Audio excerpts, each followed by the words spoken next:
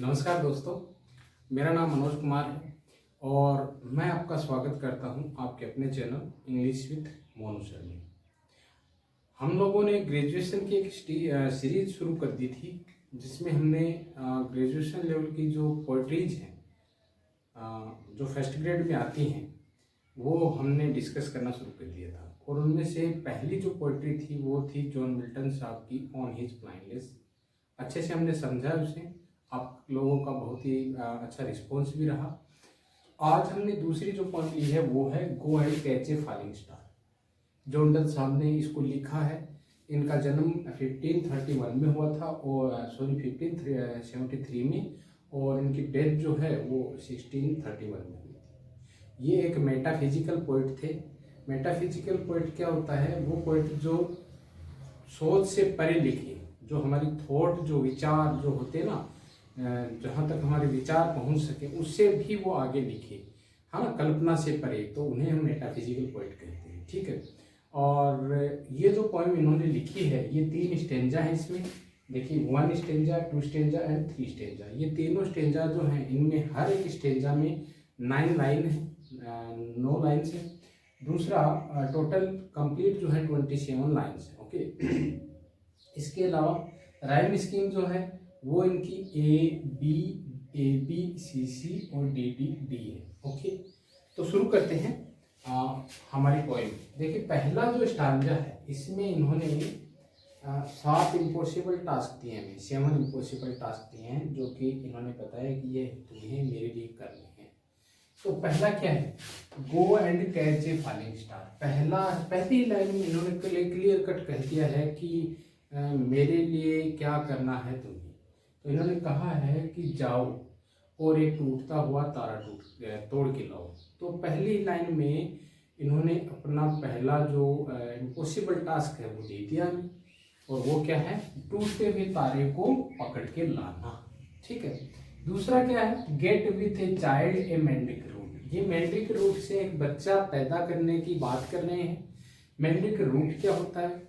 मैंड्रिक root एक ऐसी पौधे की जड़ होती है। मैंड्रिक का मतलब क्या होता है? उस पौधे की जड़ जो है वो एकदम इंसानों की तरह दिखाई देती है। तो ये इनका कहने का मतलब है कि इंसानों की जैसे दिखाई देने वाली जो मैंड्रिक होती है उसकी रूट, उसकी जड़ों से एक बच्चा पैदा करके दिखाओ। तो ये भी इम्पॉसिबल टास्क हो गया। Tell me where all past years are. और मुझे बताओ, टेल मी का मतलब मुझे बताओ, वेयर कहाँ है, ऑल सभी, पास्ट ईयर्स आर सभी बीते हुए साल, जो हमारी उम्र बीत चुकी है वो कहाँ है। नेक्स्ट है और who cleft the devil's feet. और डेविल के पैर को किसने चीरा। ये बाइबल में वर्णित है डेविल के बारे में, राक्षस के बारे में। तो ये बोल रहे हैं कि उस डेविल के पैर को किसने चीरा। टीच मी मुझे सिखाओ, टू हियर सुनना, मरमेड्स सिंगिंग।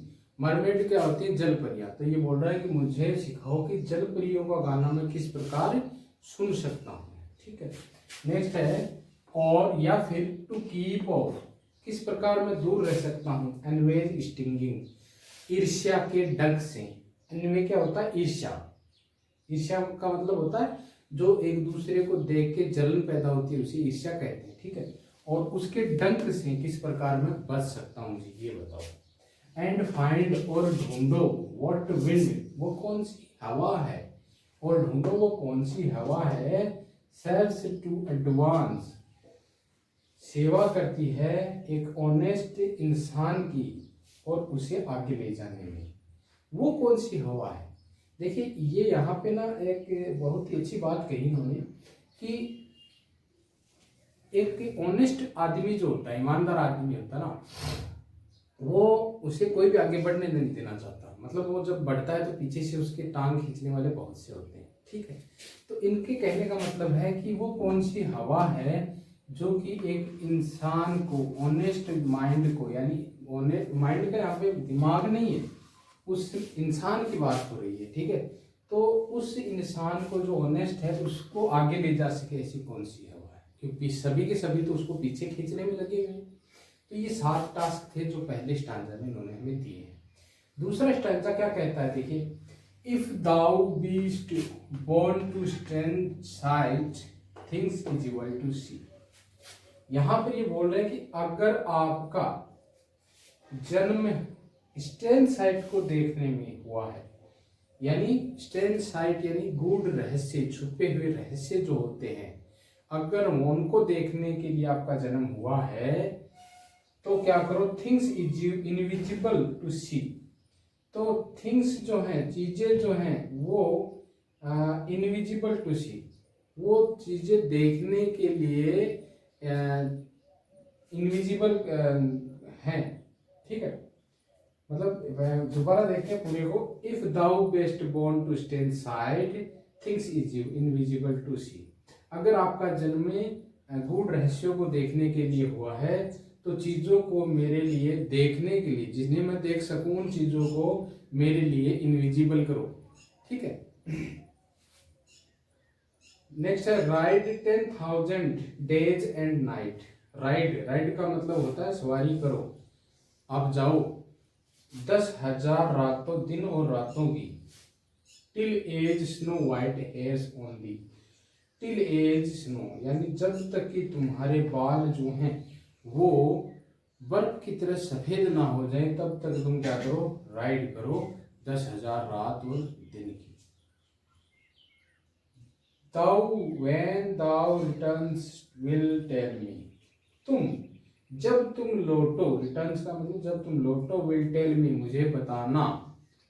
क्या बताना? all strange wonders जितने भी अद्भुत दृश्य, that befall thee जो तुमने देखे हैं, and swear और कसम खाना, nowhere कहीं नहीं है, lives a woman true and fair एक ऐसी औरत जो कि देखो यहाँ पे ट्रू एंड फेयर का मतलब क्या है? ट्रू का मतलब वैसे तो सच्ची होता है, लेकिन यहाँ पे फेथफुल से होता है, फेथफुल। और फेयर का मतलब यहाँ पे है ब्यूटीफुल।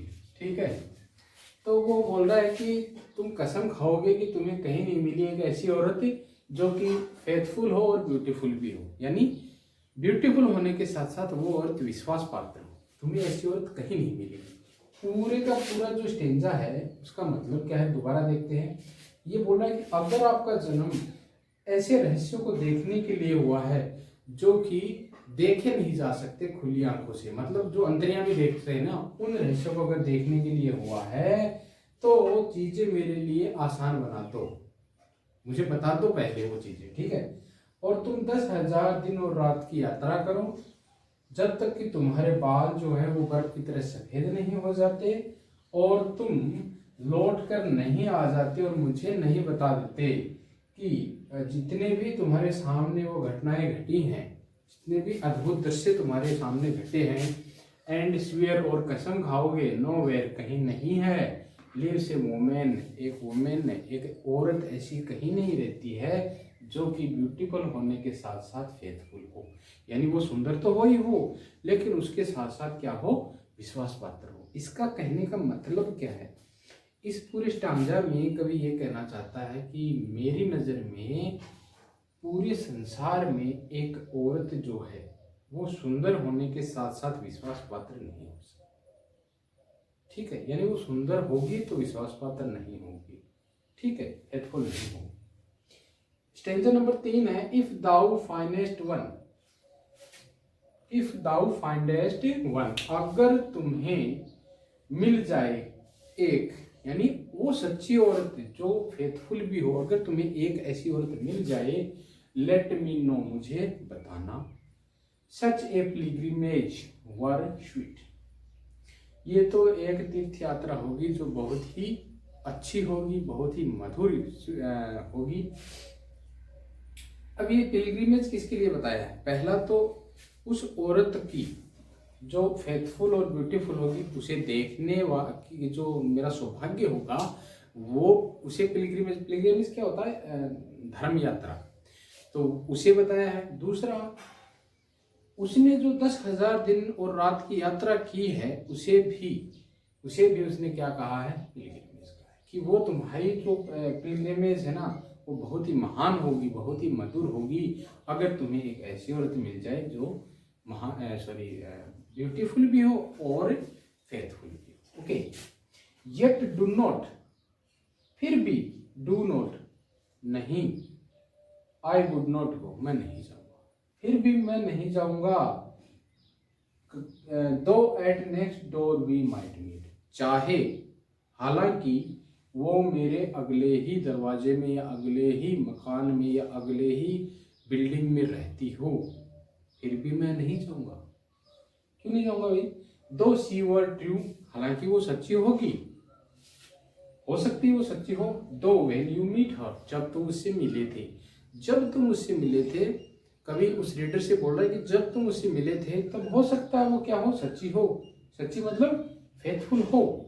लेकिन हाँ मेट है। एंड लास्ट, और जब, till you write your letter, और जब तुम मुझे ये बताने के लिए एक लेटर लिखोगे कि हाँ भाई मुझे एक फेथफुल और ब्यूटीफुल औरत मिल गई है, तब तक क्या होगा, यट शी, और तब तक वह विल बी, हो चुकी होगी, फॉल्स, झूठी।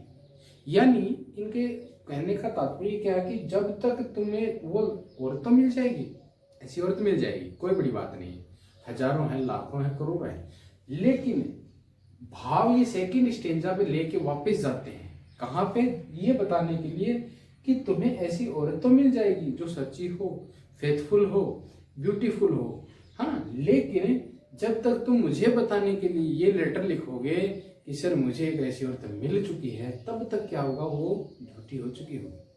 ठीक है, फॉल्स, झूठी हो चुकी। और आई कम, और जब तक मैं आऊंगा, टू, टू और थ्री, वो 2 या 3 के साथ ही अपने संबंध बना चुकी होगी, यानी वो 2 या 3 के दिल तोड़ चुकी होगी। ठीक है, तो ये था go and catch a falling star, Jordan द्वारा लिखित, बहुत ही अच्छी पोएम थी और अच्छे से हमने डिस्क्राइब किया है। अच्छा लगा हो और कुछ और डिमांड हो तो कमेंट करके बताएं, पूरी होगी आपकी डिमांड। और मिलते हैं नेक्स्ट वीडियो में। टिल देन, नमस्कार, गुड बाय।